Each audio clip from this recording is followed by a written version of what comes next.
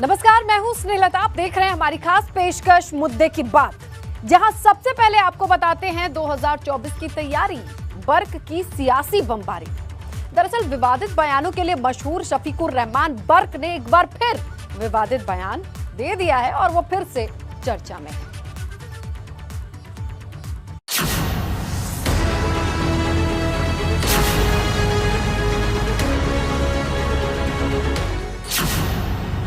बर्क के बयान पर फिर सियासी उबार। मुसलमानों के साथ इंसाफ नहीं हो रहा। सपा नेताओं की सियासी कमान, किसके साथ मुसलमान?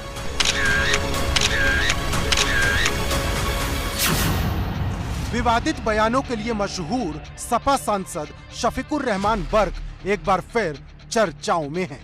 हालांकि इस बार उन्होंने ऐसा बयान दिया जो कई बार पहले भी कुछ नेताओं की तरफ से आ चुका है। ये बयान है मुस्लिमों को लेकर। बर्क ने कहा, भाजपा सरकार में मुस्लिमों के साथ इंसाफ नहीं हो रहा। और बैठे बीजेपी के हाथ में, योगी के हाथ में। I am not satisfied with Yogi. तो इसको तो योगी जी यूपी में काम नहीं कर रहे वो? नहीं, यूपी में काम जो है वो अपना कर रहे हैं, अपने हिसाब से कर रहे हैं, लेकिन मुसलमानों के साथ इंसाफ नहीं हो रहा।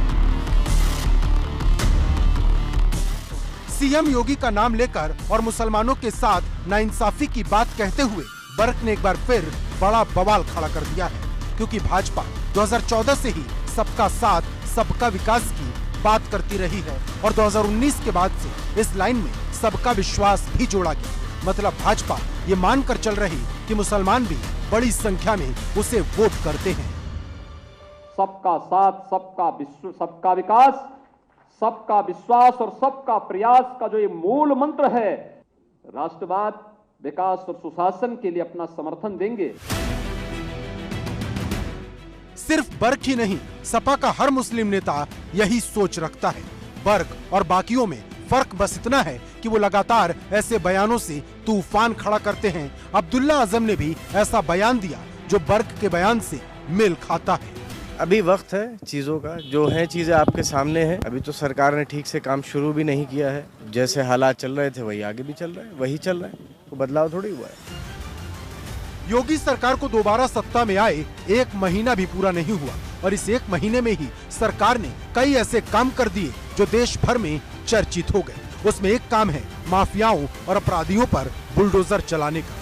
अब्दुल्ला आजम कहते हैं कि जो चलन सरकार ने शुरू किया वो ठीक नहीं और इसके नतीजे भी जल्द आने शुरू हो जाएंगे। अब देखिए, जो भी चीज़ें सरकार शुरू कर रही है या की है, मेरे ख्याल से एक अच्छा चलन नहीं है।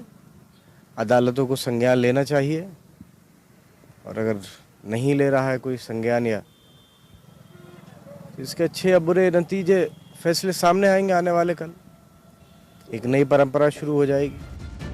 योगी सरकार 2.0 के ज्यादा दिन नहीं बीते और सपा नेताओं ने ऐसे बयान देकर फिर माहौल गर्म करना शुरू कर दिया है, क्योंकि निगाहें अब 2024 पर है। Bureau report, ABP Ganga.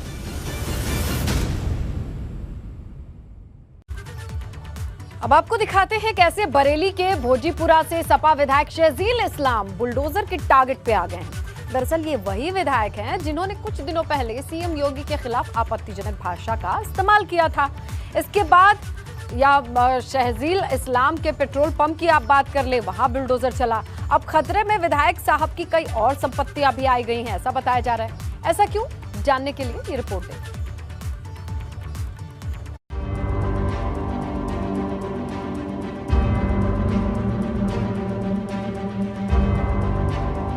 Bulldozer का टारगेट बाबू मोशाय बंदूकबाज।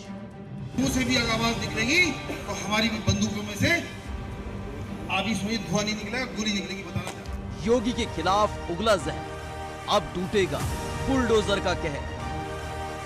योगी अगर अब सब कहने का काम करेंगे तो हम लोग भी चुप हो। वो दिन चले गए जब उनकी तानाशाही चलती थी। एक मजबूत विपक्ष उत्तर प्रदेश के अंदर मौजूद है और एक हमारे हरदिल अजीज नेता जो कि बब्बर शेर है, अखिलेश यादव, वो भी आपके सामने। तो अगर उसके मुंह से भी अगर आवाज निकलेगी तो हमारी भी बंदूकों में से आधी सुई धुआं नहीं निकलेगा, गोली निकलेगी, बताना चाहता हूं। 2 अप्रैल की वो तारीख जब बरेली के भोजीपुरा से सपा विधायक शहजील इस्लाम ने इशारों में सीएम योगी को लेकर आपत्तिजनक भाषा का इस्तेमाल किया। फिर 7 अप्रैल की वो तारीख आई जब परसा खेड़ा नेशनल हाईवे 24 पर मौजूद धमकीबाज विधायक के पेट्रोल पंप पर चल गया बाहुबली बुलडोजर। बस इसी के बाद शहजील इस्लाम के पेट्रोल पंप को पल भर में बाहुबली बुलडोजर ने कर दिया धराशायी। अब एक बार फिर शहजील इस्लाम की मुश्किलें बढ़ती हुई नजर आ रही हैं, क्योंकि पीटीआई की तरफ से उन्हें नोटिस भेजा गया। पेट्रोल पंप के बाद शहजील के बारात फार्म हाउस को लेकर नोटिस जारी कर नक्शा मांगा गया। अब माना यह जा रहा है कि अगर नक्शे में कुछ भी गड़बड़ मिलती तो फिर एक बार चल सकता है शहजील इस्लाम की संपत्तियों पर बाहुबली बुलडोजर। मुख्यमंत्री योगी आदित्यनाथ के खिलाफ भड़काऊ बयान देने वाले सपा विधायक शहजील इस्लाम का पेट्रोल पंप बरेली विकास प्राधिकरण ने ध्वस्त कर दिया है। शहजील इस्लाम जब चुनाव जीते थे तब उनके जुलूस में पाकिस्तान जिंदाबाद के भी नारे लगे थे। उसके बाद ही उनकी जांच की गई तो पता चला उनका पेट्रोल पंप अवैध रूप से बनाया गया है। उन्होंने जिस जमीन पर पेट्रोल पंप बनाया है वो भी कब्जे की है। इसके अलावा पेट्रोल पंप पास कराने के लिए जो एनओसी ली गई है उसको भी लेकर सवाल उठ रहे हैं। पेट्रोल पंप का नक्शा भी पास नहीं कराया गया था। बरेली विकास प्राधिकरण ने फिलहाल पेट्रोल पंप सील कर दिया है और अन्य विभागों से भी जांचें शुरू हो गई हैं। सबसे बड़ा सवाल ये है कि पेट्रोल पंप की एनओसी कैसे मिली, इसे लेकर पेट्रोल पंप कंपनियों की भी जांच की जा रही है। उनकी भूमिका भी संदिग्ध मानी जा रही है। जिला प्रशासन तमाम और पहलुओं पर भी जांच कर रहा है, जिससे शहजील इस्लाम की मुसीबतें बढ़ने वाली हैं। इस बीच समाजवादी पार्टी के नेता अब्दुल्ला आजम ने सरकार की बुलडोजर शपथ पर सवाल उठाए। अभी वक्त है चीज़ों का, जो है चीज़ें आपके सामने हैं। अभी तो सरकार ने ठीक से काम शुरू भी नहीं किया है। जैसे हालात चल रहे थे वही आगे भी चल रहे हैं, वही चल रहे हैं, कोई बदलाव थोड़ी हुआ है। देखिए एमएलसी के चुनावों के नतीजे, बहुत से लोग विधानसभा चुनावों के नतीजों को भी लेकर बहुत कुछ कह रहे थे, लेकिन परिणाम बहुत से बदले हुए आए, कुछ बदले गए। अब ये तो जब गिनती होगी और नतीजे आएंगे तभी कुछ कहा जा सकता है कि क्या रहा। जी ना शायद नहीं पड़ सकता। कैसे पड़ेगा?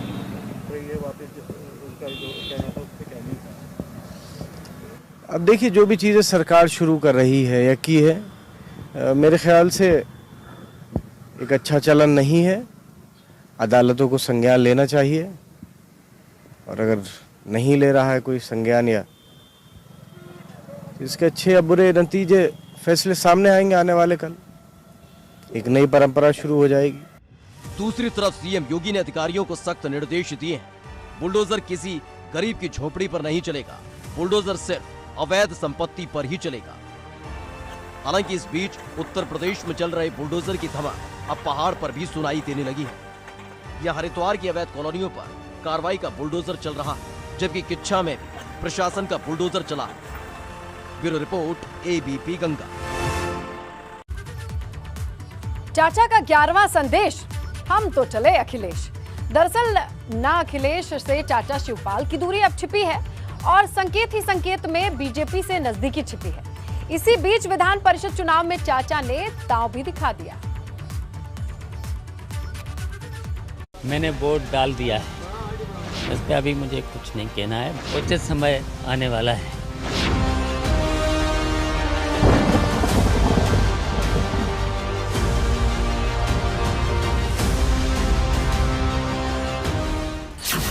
विधान परिषद का चुनाव, शिवपाल ने दिखाया ताव।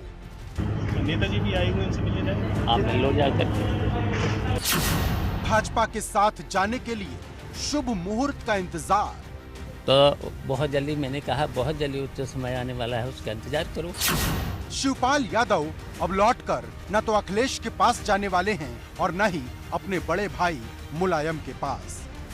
जो 1% की भी उम्मीद बची थी उसे उन्होंने एमएलसी चुनाव में वोट डालकर खत्म कर दी।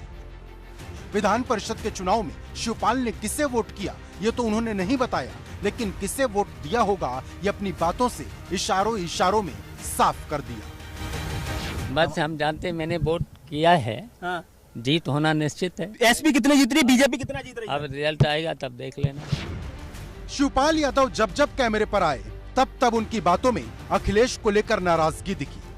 न सिर्फ अखिलेश को लेकर, वो इस बार तो मुलायम की बात पर भी उल्टा जवाब देते दिखे। अभी कुछ दिन पहले ही उन्होंने दिल्ली में मुलायम सिंह यादव से मुलाकात की थी, लेकिन जब इटावा में उनसे मुलायम को लेकर सवाल हुआ तो ऐसा जवाब दिया जिसकी उम्मीद भी नहीं थी। नेताजी भी आए हुए उनसे मिलने जाए, आप मिल लो जाकर। शिवपाल ने मीडिया से बात बहुत कम की, लेकिन जितनी भी की वो ये बताने के लिए काफी थी कि अब उनके कदम न तो बड़े भाई मुलायम के आवास की तरफ जाएंगे और न ही अखिलेश की तरफ। वो तो कुछ सियासी धमाका करने के लिए तैयार खड़े हैं, बस सही वक्त का इंतजार है और ये वक्त नवरात्र के बाद आ सकता है या ये कहें कि विधान परिषद चुनाव के नतीजों के बाद। देखिए, लोकल बॉडी एमएलसी का चुनाव है, मैंने वोट डाल दिया है। किसके पक्ष में डाल दिया सर? गुप्त मतदान होता है। कुछ बात कहना चाहें सर? गुप्त मतदान होता है। समाजवादी पार्टी आरोप लगा रही है कि निष्पक्ष मतदान नहीं हो रहा है। इस पे अभी मुझे कुछ नहीं कहना है, बस इतना जानते हैं, देखिए बहुत जल्दी उचित समय आने वाला है। पर वो घोषणा कब तक होगी, क्योंकि आप कह रहे हैं कुछ बहुत जल्दी उचित समय आएगा। नवमी के बाद शिवपाल जब ये बातें कर रहे थे तो उनके चेहरे पर एक अलग मुस्कान थी, एक ऐसा संकेत था जो कभी भी चौंकाने वाला फैसला सामने ला सकता है। जुबान पर सपा का नाम लेने से बचने वाले ये वही शिवपाल हैं जिन्होंने समाजवादी पार्टी को खाद पानी दिया, साइकिल चलाकर संगठन को मजबूत बनाया, लेकिन अब स्थिति ये आ गई है कि वो अपनी जुबान पर समाजवादी पार्टी का नाम तक नहीं लेना चाहते। सिर्फ इतना ही नहीं, उनकी बातों से लगता है वो अब खुलकर सपा के विरोध में खड़े हो चुके हैं। प्रदेश भर के नतीजे किस तरह आ रहे हैं? मुझे नहीं पता है। इटावा वोट डालने जा रहे हैं, किस तरह यहाँ के अब आप देख लेना, जा करके हम भी जा रहे वोट डालने। शिवपाल दूसरी बार नाराज हैं और इस बार ऐसे नाराज हैं कि लौटने वाले नहीं हैं और शायद अखिलेश भी अब यही चाहते हैं कि शिवपाल के साथ उनके सियासी रिश्ते आगे ना बढ़े। इसके संकेत उन्होंने कन्नौज की प्रेस कॉन्फ्रेंस में दे दिए थे, जब शिवपाल पर किए गए सवाल को समय व्यर्थ करने वाला बताया था।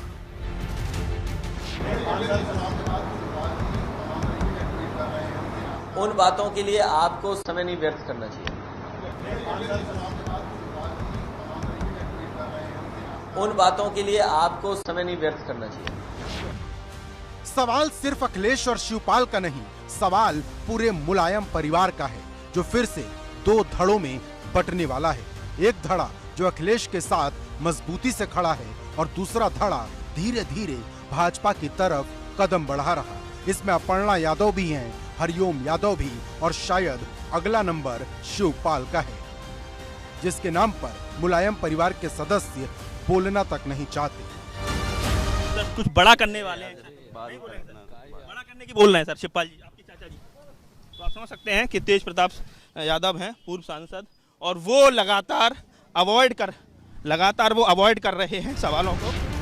मुलायम परिवार में फिर तूफान खड़ा है, एक ऐसा शिव तांडव हो रहा जो 2016 से भी ज्यादा भीषण है, और ये एक ऐसी सियासी सुनामी है जो रिश्तों में बड़ी दरार पैदा कर देगी, क्योंकि बात सिर्फ चाचा भतीजे तक सीमित नहीं रही, बात तो बड़े भाई और छोटे भाई तक आ गई है। नेताजी भी आए हुए उनसे मिलने जाए, आप मिल लो जाकर। इटावा से मोहम्मद फारिक के साथ नितिन उपाध्याय, एबीपी गंगा।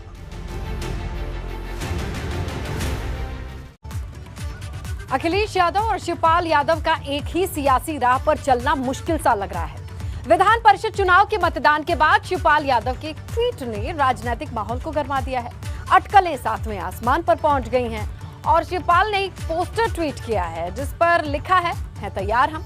अब ये तैयारी किस बात को लेकर, फिलहाल ये राज है, लेकिन सियासी जानकार इसे सपा से प्रसपा का नाता जल्द टूटने के संकेत के तौर पर देख रहे हैं।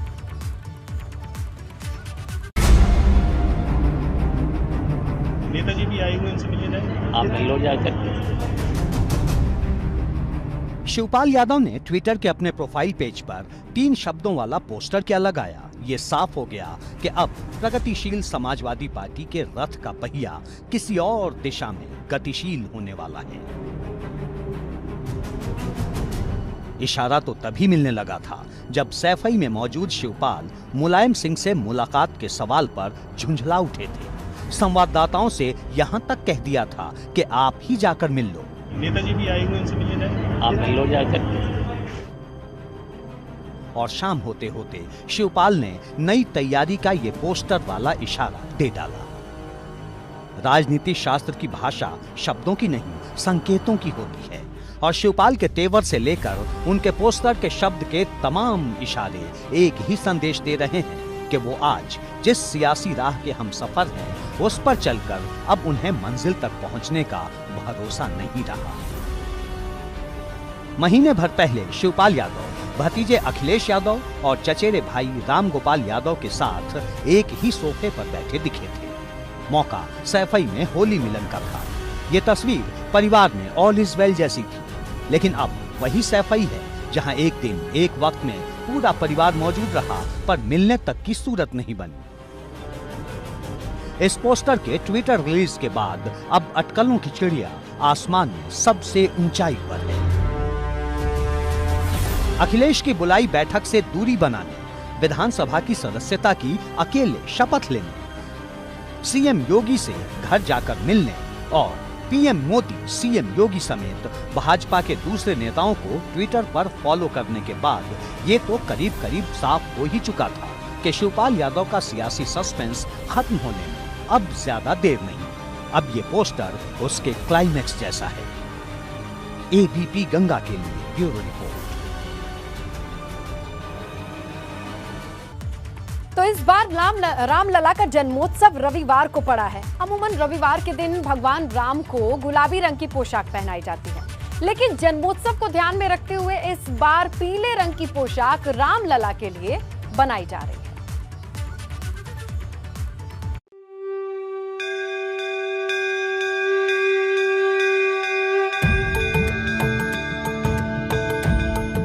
अयोध्या में भगवान रामलला के जन्मोत्सव की धूम मची है। ऐसे में भगवान की पोशाक भी उनके जन्मोत्सव की भव्यता को ध्यान में रखकर बनाई जा रही। भगवान की पोशाक पर गोटे और सितारों की नक्काशी भी की गई है। पोशाक बनाने वाले कारीगर कहते हैं कि 4 पीढ़ियों से वो पोशाक बना रहे और इस बार की पोशाक बेहद खास है। पोशाक में विशेषता है, कोमल कपड़े हैं और कढ़ाई के कपड़े हैं और पीला वस्त्र है और भगवान राम जी का, रामलला का दर्शन भी होगा पीले में और जन्म के बाद ही पहनाया जाएगा ये पीला पोशाक। और भगवान रामलला का वैसे तो रविवार जो है गुलाबी कपड़ा पहनाए जाते हैं, लेकिन अब की महाराज जी ने कहा कि देखिए ऐसा जन्म के उत्सव में या विवाह उत्सव में पीला ही धारण कराया जाएगा और पीला रंग हमेशा शुभ माना गया है। इस बार रामलला का जन्मोत्सव रविवार को है। अमूमन रविवार के दिन भगवान रामलला को गुलाबी रंग की पोशाक पहनाई जाती है, लेकिन जन्मोत्सव को ध्यान में रखते हुए इस बार पीले रंग की पोशाक रामलला के लिए बनाई गई है।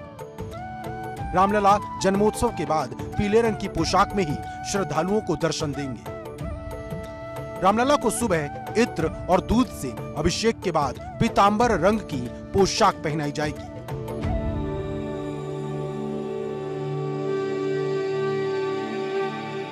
ये पोशाक आज जो है पहुंच जाएगा शाम को और कल ही पोशाक ये सुबह प्रातः धारण करेंगे और खर्चा लगभग इसमें जब पूरा पोशाक पर्दा सहित बना लगभग 25,000 रुपया खर्चा बैठता है और जब जो बराबर जनरल में पोशाक बन रहा है उसमें 6,000-7,000 रुपया खर्चा बैठता है। वो तो भक्त के ऊपर है, जितना भी लगा सके कपड़े के ऊपर है। दरअसल इस बार अयोध्या के सभी प्राचीन मंदिरों में भगवान को जन्मोत्सव के मौके पर पीले रंग की ही पोशाक पहनाई जाएगी। रामलला को जो वस्त्र पहनाया जाएगा वो शुद्ध कॉटन का होगा। इसी कपड़े पर गोटा और सितारे लगाकर भगवान की पोशाक तैयार की गई है। Bureau report, ABP Ganga.